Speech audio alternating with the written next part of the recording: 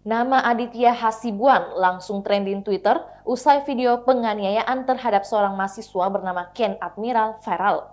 Aksi kekerasan itu bahkan disebut mirip dengan kasus Mario Dandi Satrio. Namun kini tersangka adalah anak dari perwira polisi di Polda Sumut bernama AKBP Achirudin Hasibuan. Kasus ini sebenarnya terjadi pada Desember 2022 lalu dan sudah dilaporkan, namun baru diproses Polda Sumut setelah videonya viral di unggah @mazini_GSP dan mendapat atensi dari Kapolri Jenderal Listio Sigit Prabowo. Dalam video terlihat Aditya menganiaya dengan cara menindih juga menendang kepala Ken. Parahnya, penganiayaan itu justru dilihat dan dibiarkan oleh sang ayah AKBP Achirudin.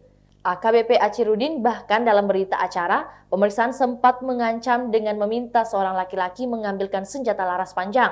Perwira polisi itu juga dengan santai menghalangi rekan korban yang hendak menolong dan seorang lelaki menodongkan senjata. Setelah videonya viral, Aditya Hasibuan langsung ditetapkan sebagai tersangka.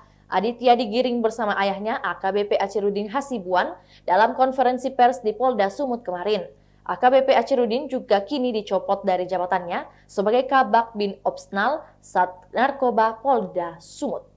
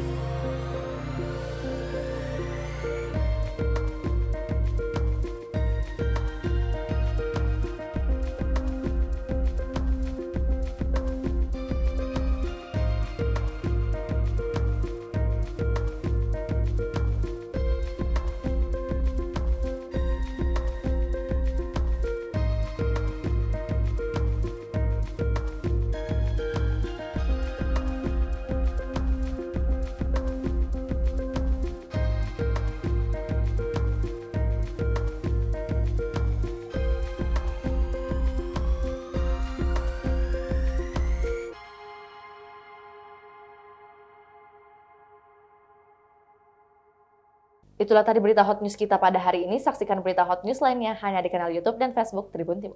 Terima kasih sudah nonton. Jangan lupa like, subscribe, dan share ya.